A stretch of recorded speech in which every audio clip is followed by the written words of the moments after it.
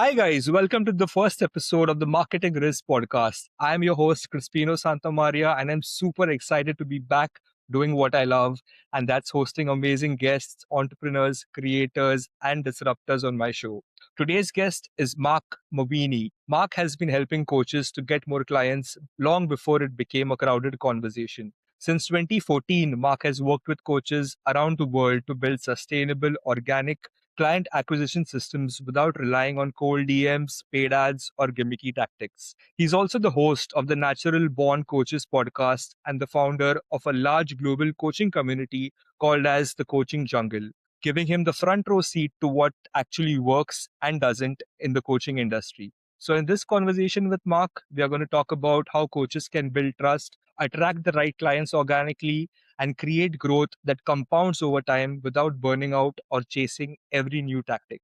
So, welcome to the show, Marc. It's great to have you here with us. Yeah, well, appreciate the invite. And I also love the name of the podcast, Marketing Rizz. I have a 17-year-old son, so I've heard Rizz a few times. I don't have any Rizz with the ladies, but hopefully I've got some business Rizz here for you. Absolutely. That's why you're here, Marc. And yeah, you got to live with the times, right? I mean, the Gen Z generation is the one that's picking up right now. So, you got to build something that resonates with the kind of audience we're catering to.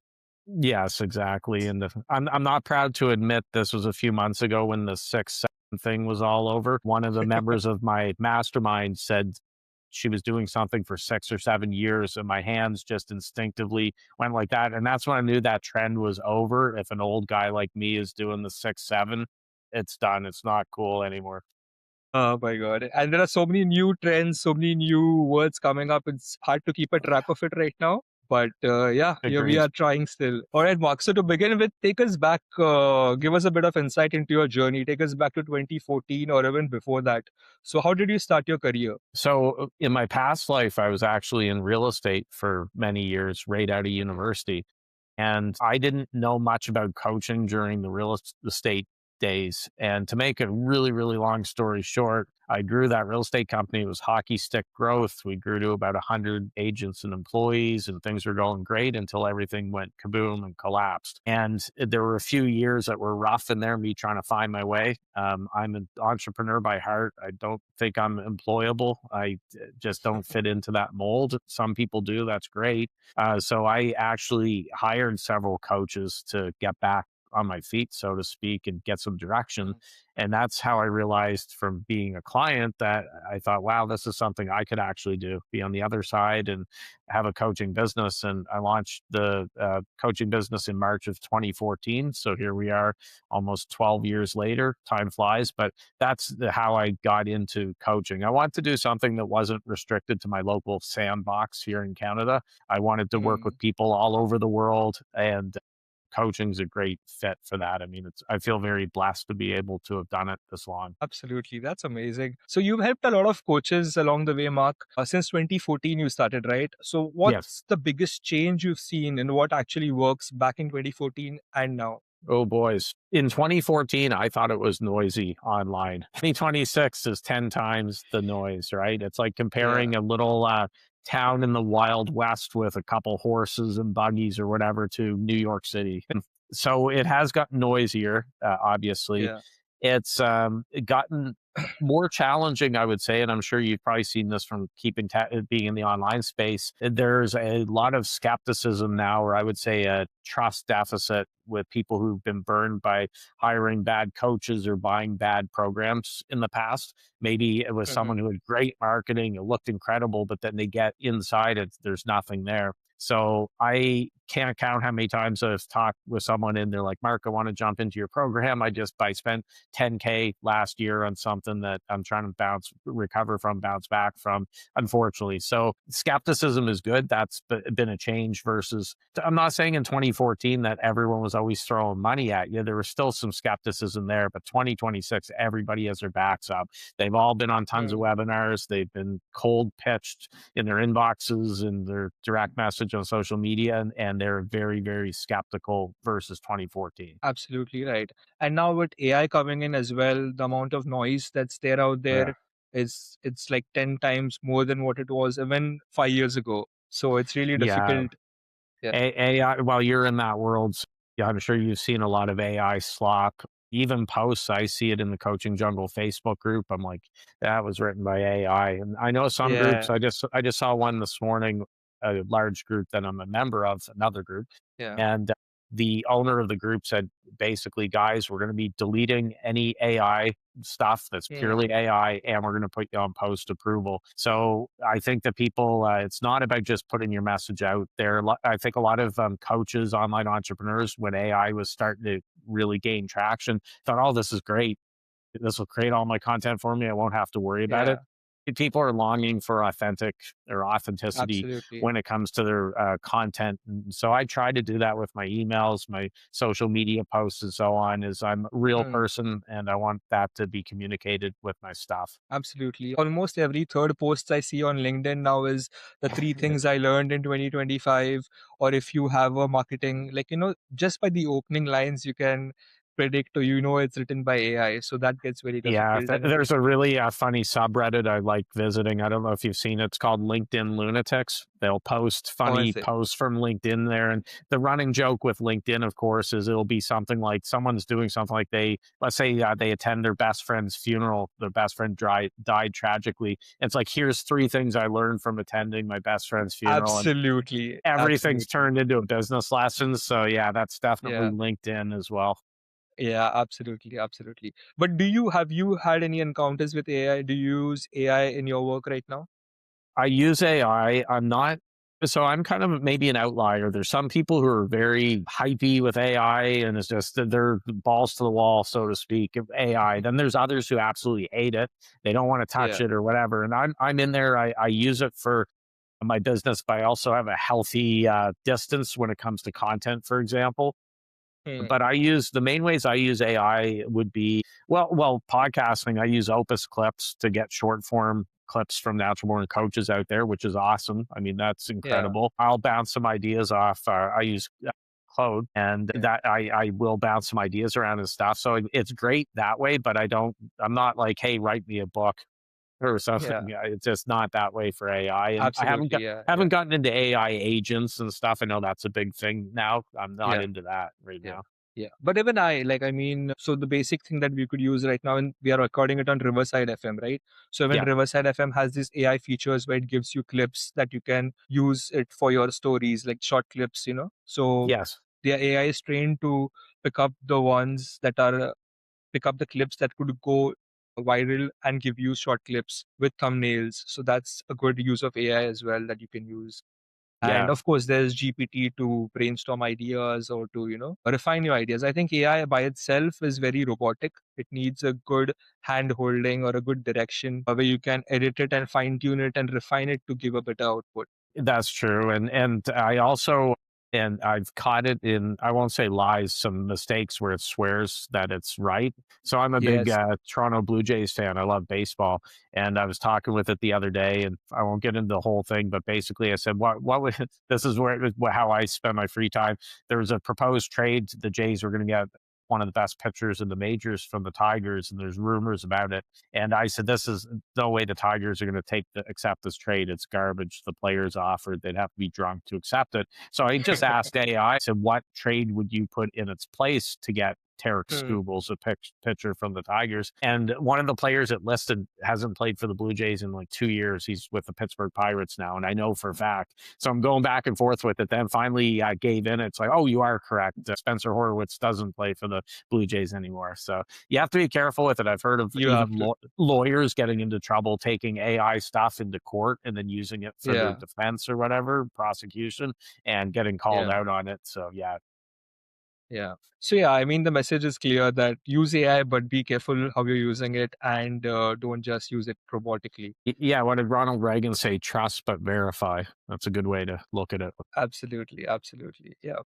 So Mark, during the initial stage of your journey as a coach, I'm sure you had to deal with a lot of setbacks, a lot of rejection. So how did you deal with that, and what should be the mindset of a coach? How should they deal with these obstacles? I was ironically helped in a way by my business closure because I got beat up pretty bad by the local press and people in my area and stuff like that. I was Hmm. public enemy number one for a while. So when I went from that to dealing with the odd troll or hater 1,000 miles away on behind a screen, a keyboard, it Keyboard doesn't warriors. doesn't hit the same way, right? And I read something the other day, who wrote it? Maybe Seth Godin, I think, was basically saying that, you're paraphrasing, you're guaranteed to get people attacking you. If you don't face any attacks, it means you're not doing anything. And that's the way I look at it. It would be easy to not be criticized online if you never release your message out into the world and you're not showing up every day. But that wouldn't be good for you either. The good thing about it is, with rejection, it gets easier, but also you can turn it into the content fodder. So let's say a troll leaves a nasty comment or whatever, you can then turn it into an email where you're answering it. I don't recommend you get into the mud with pigs there, like fighting with trolls and stuff, because they have more time than Yeah. you, and it's not going to do any good, but you can turn it into something else for content and have some fun with it. So I've had some of those, but it's not like you're getting attacked every day unless you're a huge name. I'm sure Tony Robbins and people like that are dealing with this stuff every day. If you're a Yeah. coach that's doing six figures and you're out there, you're going to get some attacks, but you're not getting that level of attacks. Absolutely. A very interesting that I found about you and your branding is that you push back on cold outreach, social theatrics, and paid ads, which is something that 90% of the coaches that I've met do. So, what, according to you, made you have this belief, and what is the right approach that a coach should have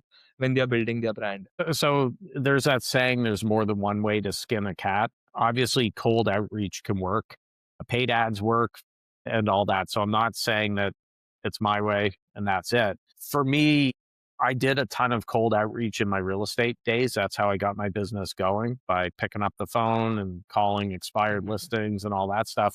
When I started my coaching business, I said, I don't want to be sending hundreds of messages by cold DMs every day. It's just not fun the way I want to build a business. So instead, I prefer to put the energy into my message and my offers. And then the Mm, people who are coming to me are already pre sold, basically. Whenever I sell something, that we may be hopping on a call, they just want to, they may have a few questions or whatever, but they're ready to buy right there. I'm finding cold outreach, and I'm sure you've seen this with LinkedIn and other ones now.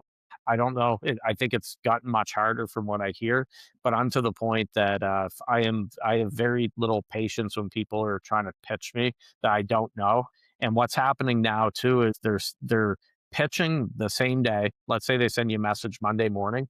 You don't answer mm, the email or the message. By Monday afternoon, you're getting, hey, Mark, did you see that message I sent there? Let me know. And then Tuesday, Wednesday, Thursday, every day. And then they'll say, yeah. if you're not interested, just reply with not interested. Well, so then they're demanding an answer. I'm not obligated to Mm, spend I could easily click reply and spend 5 seconds sending it, but yeah. that's a big ask when you don't know the person. Like, you slid into my DMs and now you're demanding a reply. So I Yeah.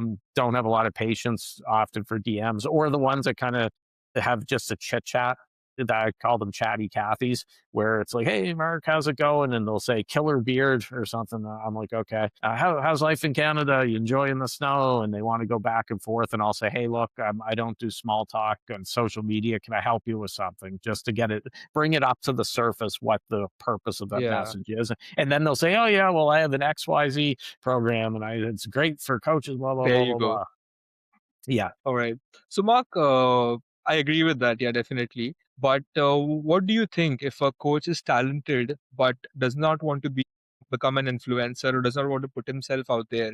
How can he or she become known and trusted? Yeah, it's tough, because I spoke with a person I know recently, and he said that exact same thing, because we were bouncing ideas around, and he said, I don't want to be doing constant posts and all Yeah. that. And it's tough, because it's almost like you're trying to build your business with one arm tied behind your back if you're not taking advantage of some of those tools. I mean, Yeah. obviously, there's referral base. You could do things there. It's going to take some work. I don't recommend Mm, basing your whole business on referrals. I think that's a shaky foundation. The way I view mm, referrals, if they come in, and when they come in, that's a bonus. It's great, but I would never be like, okay, I'm not going to put any content out there. I'm just going to rely on referrals. So yeah. I hate to say it. I don't want to throw cold water in that hypothetical situation, but I would probably ask that person to have a good look and ask if this is something that they want to do. If they're not willing to do some of those things, maybe they're a fit for someone's team. If there's someone that's doing a lot, that's looking to hire someone that's a little bit behind the scenes, that could be a good way to do it. Maybe they're creating the stuff for someone else, and then they're not having Mm. to put their name out there so much. You really have to nowadays, just back to the whole noise thing. It's so noisy. If you sit back and you're not doing email marketing, you're not doing social, you're not doing podcasts, it can be tough to cut through the noise. So, what would you say, Mark, are the three most important things for a coach to do to gain a client's trust? Well, I've heard different studies where that people need a certain number of touch points before they purchase, or number of hours of consuming your stuff. I've Mm. heard 6 hours, and I don't know what the number is, but it's more than just one quick glance usually. So, first thing you can do to gain trust is just show up consistently. Show that you're an expert. You're giving good content. You're not. A lot of coaches hold back because they say, "Well, I don't want to put my good stuff out there for free on social media. I'll put it behind the curtain in my coaching program," which is the wrong Mm. way to look at it. Instead, you should flip it around, and you want people to think, "Wow, if Crispino's free stuff is this good, then imagine what his paid stuff is. I want to get into his world." So that would be one. Another way is, don't be shy blowing your horn, so to speak, like giving client success stories, as long as you're not breaking confidentiality, but share your wins and your clients' wins with what's going Mm. on. That would be probably a second one for gaining trust. Third way is, well, this goes back to sharing your message, but I do think it's length of time. If someone looks at me, I've been at it since 2014. It's not like I rolled out of bed today and said, I help coaches get clients or whatever. In the early days, you got to kind of, in a way, fake it till you make it when you're brand new. But I've been at it so Mm. many years. I think anyone who looks into my stuff knows that, okay, he's done quite a bit of stuff here, and he's someone I can trust. So there's a few ways. Love that. That's absolutely spot on. I completely agree with all the advice you just gave. So, Mark, I want to talk to you about the coaching jungle. I found that very interesting. I joined the community myself. It's very thriving. There are posts every day. Everyone's engaging in the posts. So, how did that come about? Can you tell me a bit about the inception story of the coaching jungle? Yes, my podcast, Natural Born Coaches, for the first year was a daily show. So I got up to 350, 360 some episodes and guests really quickly. So Hmm. back in 2014 into 2015, I had just one Facebook group, and it was called Natural Born Coaches Past Guests. And it was only for people who had been a guest on my podcast, obviously. What was happening Hmm. was, every day I was getting requests to join the group from people I didn't know, who maybe they Hmm. just saw the coaches in there. They didn't put two and two together with the past guests. And I'd have to give a standard response. I would say, "Hey, Joe, I got your request to join my group. However, that's only for past guests of my podcast. Basically, have a good one." And after enough of that, I thought, geez, I really should have a group that's available for all coaches, anyone, or aspiring coaches, people interested in coaching. And so I made the decision to start the coaching jungle in September of 2015. And I told everyone who's in my previous group, the past guest group, that, hey guys, I'm going to be shutting down this group, not the podcast, but the Facebook group. And here's what I'm doing. And I invited them to join the coaching jungle. So I got my first couple hundred members of the coaching jungle quite quickly. The reason I shut down the original group is, what was it? Confucius said, "Man who chases two rabbits catches neither." I didn't want to worry about having to run two groups. And I found with the coaching jungle, once it hit probably about 1,000 members, it took on a life of its own. And I don't know if this is anything that's written in stone with Meta, but I've talked with other large group owners, and they've said the same thing, that once they got to 1,000 members, Facebook started recommending the group to more people, and it got easier to grow it. So yeah, it's at about 30,000. We are I say somewhat picky. You don't have to be an existing coach to get in. We're not being that tight on it. But if someone, certain things, they don't have a profile picture, if they're a member of too Hmm. many groups, like 1,000+ groups, they don't get in. If it's a brand new Facebook account, they don't get in, and so on. So we probably could be double the size now if we just open the floodgates, but then it wouldn't be as good of an experience inside the group. So yeah, it's at coachingjungle.com if anyone wants to check it out. And thanks for being a member, by the way, too. I appreciate it. Yeah, I loved it. I loved the. I was checking out the comments as well. People were not only posting there, but there's proper advice and engagement in the comments that can really help someone.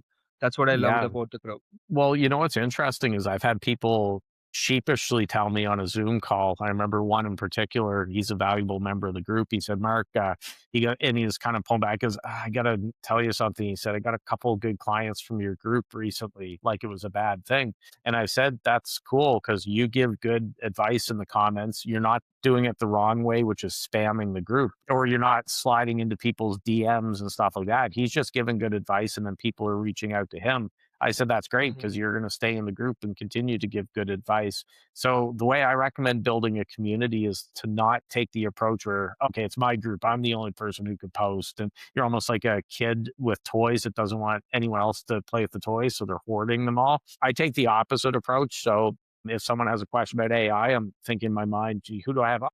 I'll tag Crispino in. He can pull him into the conversation. Or if I need a webinar expert, book writing expert, something that I'm not an expert in, hey, I'll pull that person into the conversation. And too many community owners take the wrong approach that way. They operate Mm. from lack instead of abundance. I can't work with 30,000 people anyways, so I'm not everyone's cup of tea. But hey, by bringing other people in, it keeps the community thriving and engaged. That's lovely, Mark. I think that's the only reason why you've been able to grow your community so much and it's thriving right now. That's amazing. Yeah, Mark, I wanted to ask you, so what's a belief that you feel that coaches have in marketing or in coaching that's actually keeping them or restricting them from growing? boys, there's a lot of limiting beliefs. Well, I just actually emailed my list about one today because it's based on my newest Yeah, I podcast went through episode. that. Oh, Yeah, you saw that? Yeah. So yeah. I was talking with someone who lost a big client in December of 25. So just recently. And in our conversation, he had said actually twice, he said, "I know 2026 is going to be a down year, but," and the second time I called him out on it, I'm like, "Why are you saying it like it's a given?" He's just putting it out there. Well, we lost a big client, so it's got to be down lower. And I encouraged him to flip that switch and not tell himself that story, because that's not a good way to enter the new year, by basically declaring it a down year before it really even starts. Another limiting belief, and I ran into this years ago, it shocked me when I was a new in the coaching world. So early on, I was going to run a summit, and it was had the real original name, a higher coaching fees summit. But the whole goal of it was to help coaches raise their fees. And I had, I think, 20 guest speakers. We're going to release an interview every day and so on. And there were a couple comments, not many, but primarily were positive. But there were a few people that were like, "This is gross. Coaching isn't about making money." And they're going on like I was Gordon Gekko from Wall Street or something. And that was weird. I thought, gee, coaches should want to make money, because if they don't make money, they're not going to be able to stay in business. So there are a lot of coaches. I find often it's in the spiritual niche or something related to that maybe they don't even realize that it's buried in their subconscious, but they feel like if they're charging more, that somehow they're doing a bad thing. And then that makes it Mm. hard to sell if you think you're ripping people off with your pricing. So you want to feel good about how much you're charging, because let's say, for example, right now, if I said, "Hey, Crispino, I have a brand new coaching program, costs $1 billion a year to work with me. What do you say? Can I send you the PayPal invoice?" I probably wouldn't feel good about that. I'd love to make $1 billion, but that's probably outside where I'm feeling good about. So you want to charge enough that you still feel good about it, and that's worth every penny, but not so much that you have seeds of doubt in there. A really Mhm. quick exercise I'll share for your people. I didn't come up with this, by the way, but it definitely lodged into my brain when I first heard it. If you have a program or an offer that's, let's say, $3,000, for example, what the recommended thing to do is add a zero at the end. So suddenly it's not 3,000, it's 30,000. And then you take Mhm. time brainstorming and adding things and making sure you're doing everything that it's worth $30,000. And it takes a while to do that, but you go until you have everything in there and you feel good, like, gee, yeah, that's a $30,000 offer. Then you erase that zero. It's back to 3,000, but you keep all the stuff that was in there. And the point of that exercise is that you feel in your mind that, hey, this is a $30,000 offer. This is a steal for anyone. They'd have to be stupid to not say yes and whip their credit card out, right? It's a $30,000 offer. I'm only charging $3,000. So that could help people get through any resistance they have about charging more. That's lovely. I will try that exercise out. Yeah, That does make a it lot of does sense. work. Yeah. And it's funny, but yeah, Jedi mind trick. Mark, so what I had another question in regards to pricing. So how does one switch the pricing model or define the pricing model maybe from one-on-one to a group or a membership? So when does a coach need to think about the different options and how does this look like? So I find a lot of newer coaches feel like they have to wait a certain length of time to introduce, let's say, group coaching. And I recommend right out of the gate having a couple. You don't want to have 177 different offers, but instead, a lot of coaches lead with it. Well, I have just a one on one coaching program. And Hmm. then if somebody can't afford it, because one on one, you should be charging premium price because that's prime time with you. It's a lot of work. I prefer if you have a, let's say, group coaching program in your back pocket. So if I'm talking with someone like Mark, I'd love to do it, but I just can't afford that right now or whatever, I would say, hey, look, I have another option to help you. It's 50% of what we talked about here. Would you be interested in hearing more about it? And I've never had anyone say, no, I don't want to hear about it. So I've had people who didn't jump in with one-on-one, but then came in when now I'm not offering group coaching. I'm doing more one-to-many now with my Natural Born Coach program. But when I did group coaching cohorts, that's how I got a lot of the people into it. Also, Mark, you spoke about your newsletter or your emails that you have. So, how can a coach use an email or a newsletter to build trust by sending out these weekly newsletters? Like, if you could give us a framework. Yeah. So I'm a big email marketing fan, and I actually did daily emails from 2016 up until last month. I made a change. Sometimes I'm emailing daily if I'm in the middle of a promotion, but it may be 3 times a week now. That would be a whole other episode to explain why I made that change. But I guess the point being, I wouldn't have done email this consistently, this often for so long if it didn't work. What I like about email is, for one, their inboxes are probably less busy than their social media feeds, especially now with the highly politicized. I mean, you look at your Facebook feed, for example, it's usually people fighting about politics now. You Absolutely. post Yeah. something, 10% of your friends or followers are going to see it. That's not a good odd. With email list, if you have a good open rate, you're 25, 30% for a decent sized list, and then you've got your click through rates and stuff. It's much easier to get their attention in in the email. Now you have to have a captivating subject line, something that evokes curiosity. But if you do it right, people will, I feel it's easier to build that relationship and they'll start replying to your emails. I had a day years ago when my email provider had a tech issue. So it was stuck in a loop. It wasn't sending my email out. Only time I ever had that issue. But Mm. within an hour or two of when my email always goes out, I was starting to get emails from subscribers saying, Mark, I didn't get your email today. Did you unsubscribe me? One person thought it was a test, like some sort of social test I was doing. And I'm like, no, it's just Aweber's got a bit of a glitch today. But that shows that people are used to seeing your emails. What I recommend doing is stick to the same time if you're emailing. And there's no perfect time. I right now send mine out usually at 7:05 a.m. Eastern time. I know Mm. someone that does Sunday nights at 10 o'clock because he feels like people's inboxes are quieter and he'll have greater Mm. chance of getting their attention. But yeah, email. I'm a huge fan of because you own that. Your social media account might get nuked tomorrow for no reason. Good luck getting help from the platform or whatever, but you own your Yeah, email list and you always own it. So there is a stronger foundation there. that's interesting. Any message to people who say that email marketing is dead? I've been hearing that for years, and you hear everything's dead. Webinars are dead. Yeah. It's not, nothing's really ever dead. I mean, MySpace is dead, obviously.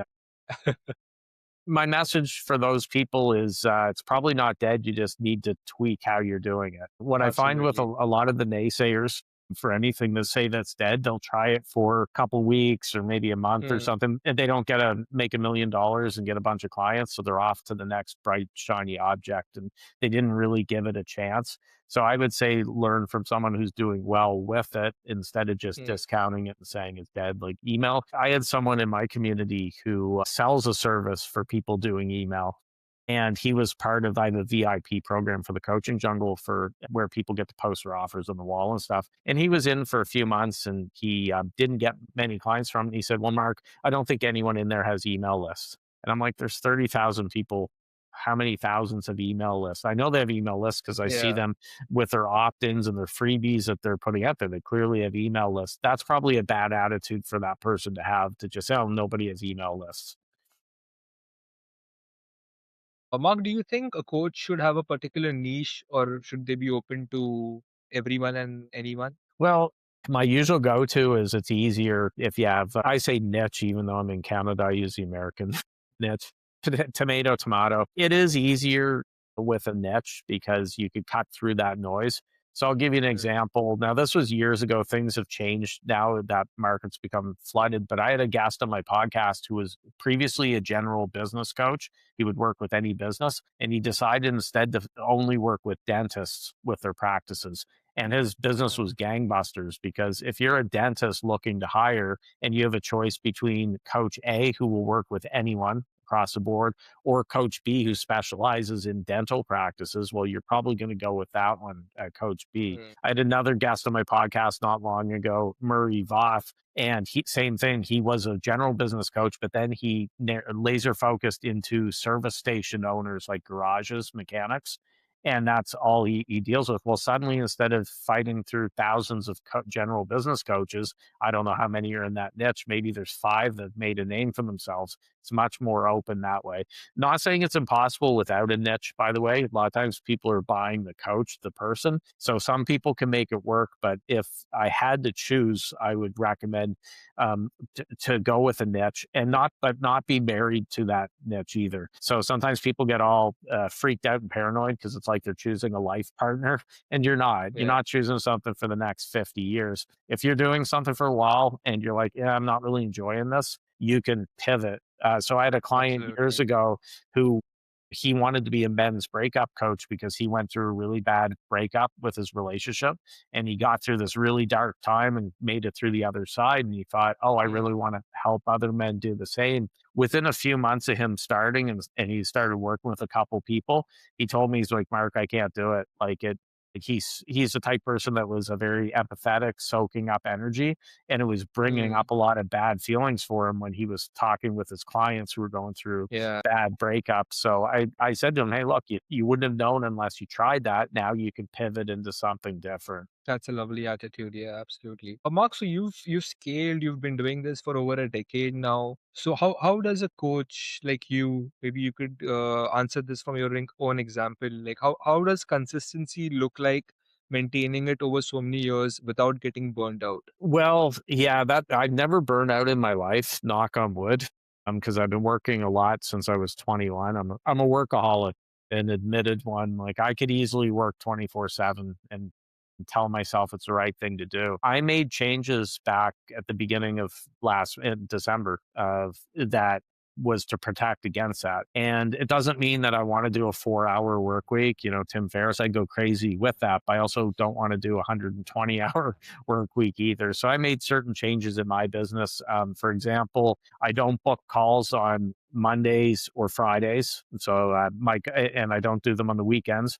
So I'm only doing calls Tuesday, Wednesday, Thursday afternoons, my time in Canada, which, today would be, you're actually my last call of the day. It's Thursday afternoon here. So my weekend starts after this. So it doesn't mean that I'm not working on the other days, but it gives me space if I have a project that I'm doing, or if I want to record podcasts, I want to write. I don't have to worry, oh, gee, I have a call coming up in an hour when it's hard to get into flow. So my Mm, schedule, I made some changes that way to be very concise with when I take calls. Another change that I made is I'm very careful about the calls that I take. So sometimes I'll have someone reach out to me, hey, Mark, saw your stuff, would love to connect and do a virtual coffee chat.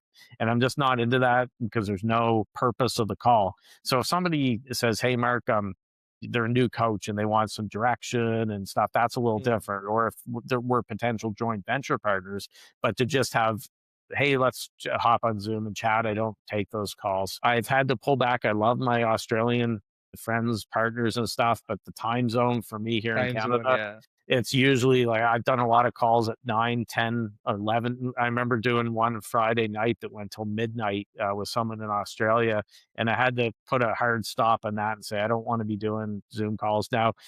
Don't get me wrong. If there's something that's big, I'm trying to think of an example. Oprah wants to come on my podcast and we have to record it at midnight. Yeah, I'll hop on.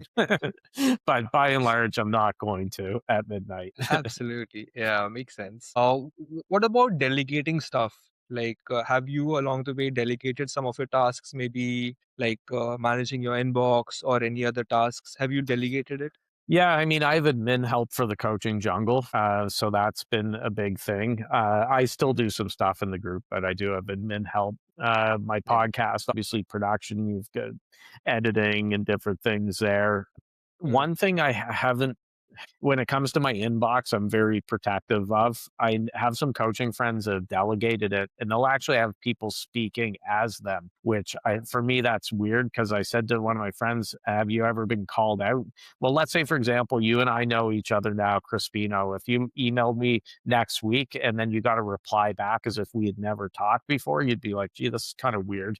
What's going on here? So I Yeah. still keep, but that being said, I do certain things with my inbox to make sure that I can manage the flow. Like I use, when it comes to segmenting the folders, putting them in, I have standard stock replies for podcast requests, certain things that so I'll take 10, 20 minutes, maybe a couple times a week and just fly through those replies. So that's come from 12 years of doing this that I've tweaked things and found out what worked for me. So yeah, I do delegate, but I also do things that make it easier for me to do the stuff that I'm doing. Absolutely. So let's give you a scenario, Mark.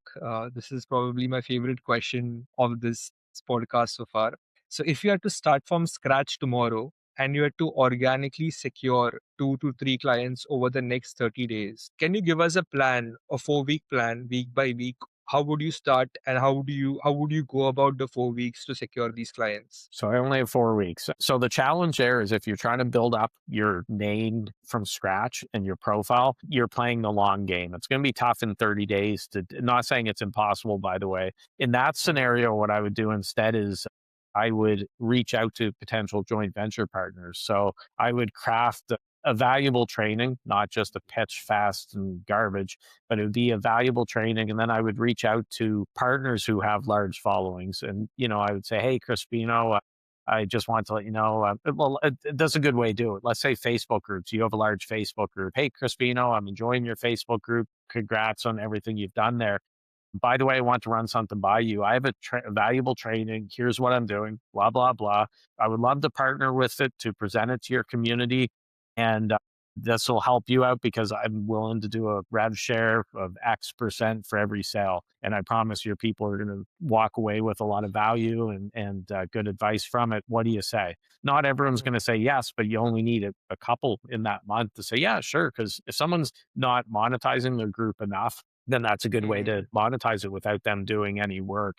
You could do webinars, you can do like lots of stuff there, but I think you're going to have to almost like, cyclists in the Tour de France and stuff, you draft behind the person in front of you to help Mhm. you there. You're not using as much energy. I think you're going to have to Yeah. do that if you only have a month to go. It's going to be too hard to build it from the ground up in 30 days to get a bunch of clients. Fair enough. So, Mark, you've been doing this now for over a decade. Is there any uncomfortable truth about coaching that you'd like our coaches listening to this podcast know about? Sorry, you said any. Uncomfortable truth, any Okay. Yeah. myth about coaching that you'd like to bust? It's not a get rich quick.